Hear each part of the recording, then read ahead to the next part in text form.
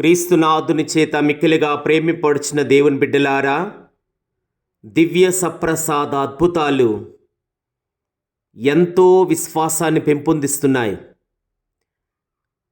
దివ్య సప్రసాదం స్వీకరించినప్పుడల్లా ఒక్కొక్క అద్భుతాన్ని గుర్తు చేసుకొని, ప్రభు నీ పరిశుద్ధ మాంసము, రక్తము, ఆత్మ, దైవత్వం మాకు ఎంత గొప్ప ఆశీర్వాదం అని విశ్వాసముతో స్వీకరించడానికి ఎంతో ఉపయోగపడుతున్నాయి. ఈరోజు మనం చూడబోతున్న అద్భుతము దున్నే ఎద్దులు మోకరించి ఆరాధించుట. ప్రియులారా, దున్నుతున్న ఎద్దులు మోకరించి ఆరాధించడం ఏంటి అని అనుకుంటున్నారా?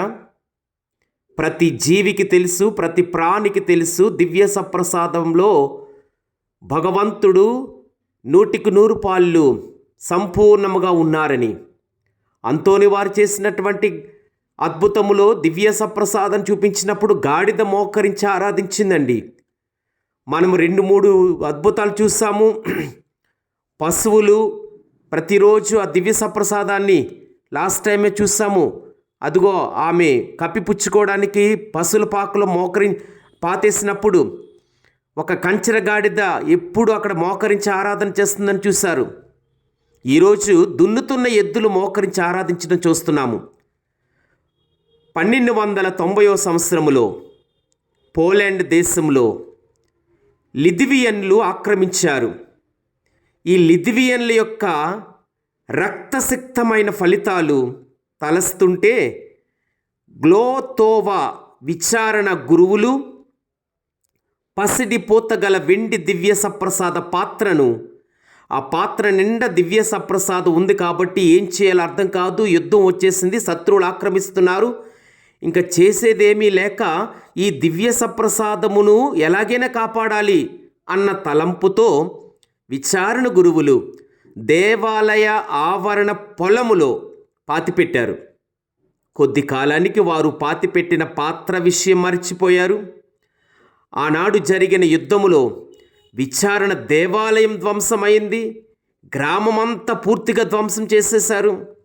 యుద్ధం తర్వాత బ్రతికి బయటపడ్డవారు ఎవరు కూడా ఆనాడు పాతిపెట్టిన దివ్య సప్రసాద పాత్రను కానీ, అందులో దివ్య సప్రసాదాన్ని విచారణ గురువులు పాత్ర పెట్టారని ఎవరు కూడా తలంచలేదు, మరిచిపోయారు. ప్రియులారా, జ్ఞాపకం చేసుకోలేదు.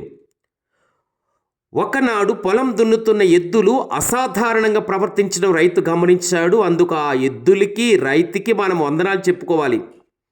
అద్భుతం ఏమిటంటే ప్రియులారా, ఒకరోజు ఒక వ్యవసాయదారుడు తన పొలం దున్నుతుండగా ఎద్దులు కొంత దూరం దున్నిన తరువాత ఆగిపోయాయి.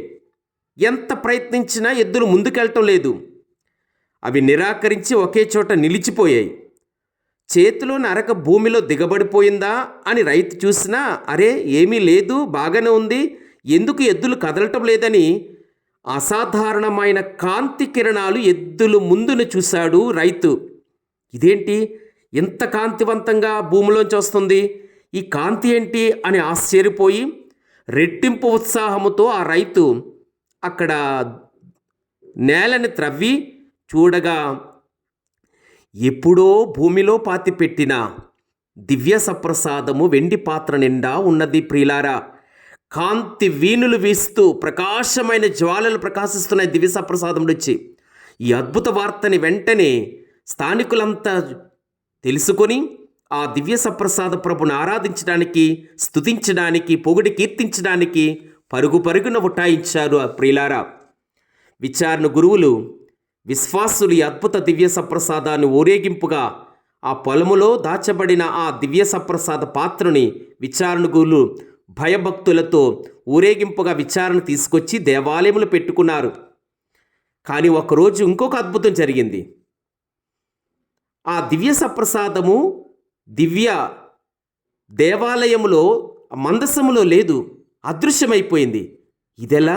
మనం తీసుకొచ్చి ఇక్కడ పెట్టాం కదా, పాత్ర లేదు, దివ్య సప్రసాదం లేదని విచారణ గురువులు వెంటనే పరుగు పరుగున ఎక్కడి నుంచి తీసుకొచ్చారో అక్కడికి వెళ్ళేసరికి అదిగో ఆ భూమిలో అదే ప్లేస్లో ప్రభు దివ్య సప్రసాద పాత్ర ఉండటం, దివ్య సప్రసాదం ఉండటం ఆ విచారణ గురువు గమనించి పీఠ కాపరికి తెలియచేసి అక్కడ ఒక దేవాలయాన్ని నిర్మించారు, కార్పూస్ క్రీస్తీ పేరు మీదుగా. ఆ దేవాలయ అద్భుత ప్రాంతమంతా మారుమ్రోగింది, విశ్వాసుల సంఖ్య పెరిగింది.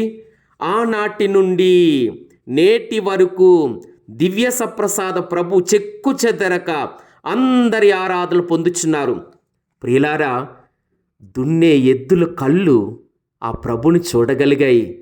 కంచెర గాడిద అంతోని వారి సమయంలో చూడగలిగింది.